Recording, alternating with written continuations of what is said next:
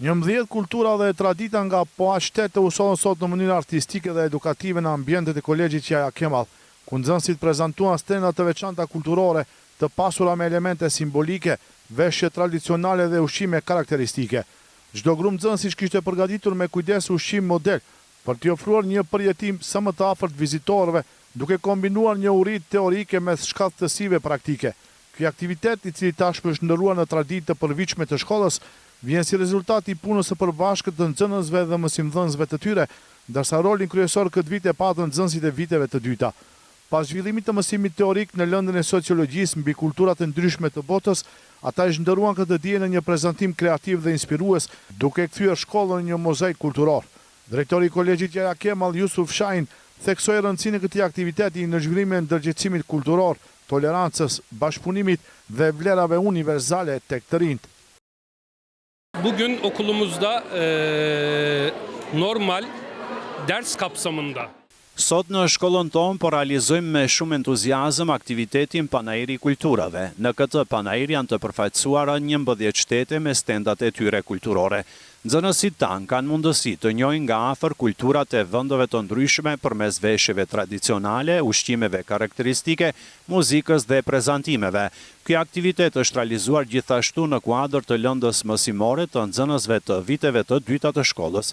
Qëllimi ynë ishte që nxënësit të mos mësojnë vetëm në mënyrë teorike, por edhe përmes zbatimit praktik. Në këtë mënyrë ata kanë zhvilluar aftësinë e hulumtimit, prezantimit dhe komunikimit, si dhe punën në ekip, ndjenjën e përgjegjësisë dhe vetbesimit. Synimi ynë është të përcjellim nxënësve ndërgjegjësimin kulturor, tolerancën, bashkëpunimin dhe vlerat universale. Ne besojmë se njohja e kulturave të ndryshme u jep të rinjve një këndvështrim më të gjerë mbi botën. Falenderoj të gjithë mësimdhënësit, nxënësit dhe prindërit që kontribuan në realizimin e këtij aktiviteti të rëndësishëm. Uroj që Panajri i Kulturave të mbetet një përvojë e paharrueshme dhe të jetë e vlefshme për nxënësit tanë. Në kuadër të një atmosfere miqësore dhe njëkohësisht garuese, nxënësit e dinin se puna e tyre do të vlerësohet. Nxënësja Uma Huseini, e cila përfaqësoi stendën shqiptare, u shpreh e bindur se prezantimi i tyre do të jetë ndër më të mirët. Sot kemi përgatitur kulturën shqiptare, e cila është e lidhur me traditat zakonet e vjetra shqiptare. Kemi përgatitur ushqime tradicionale të vjetra, të cilat vijnë nga shumë vite më parë dhe janë të përbëhen në malet e Shqipërisë, si për shembull flia. Fliën e kemi si simbol të durimit për arsye se është përgatitur me durim. Gjithashtu kemi baklava, trileqe dhe një quiz të vogël që e kemi bërë për njohuri. Po ashtu edhe nxënësja Zeynep Xhaferi, përfaqësuese e kulturës turke, shpresin që puna e tyre përbashkët me shoqen e saj do të vlerësohet maksimalisht.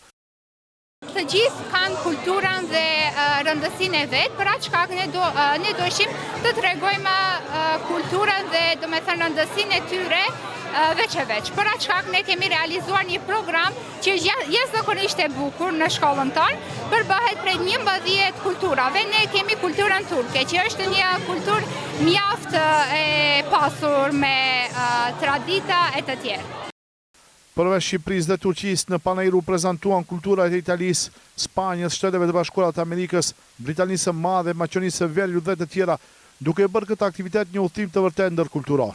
Në përmbyllje të ngjarjes, shkolla do zgjedh 3 stendet më të suksesshme, të cilat do shpërblen me certifikata mirënjohje dhe dhurata simbolike.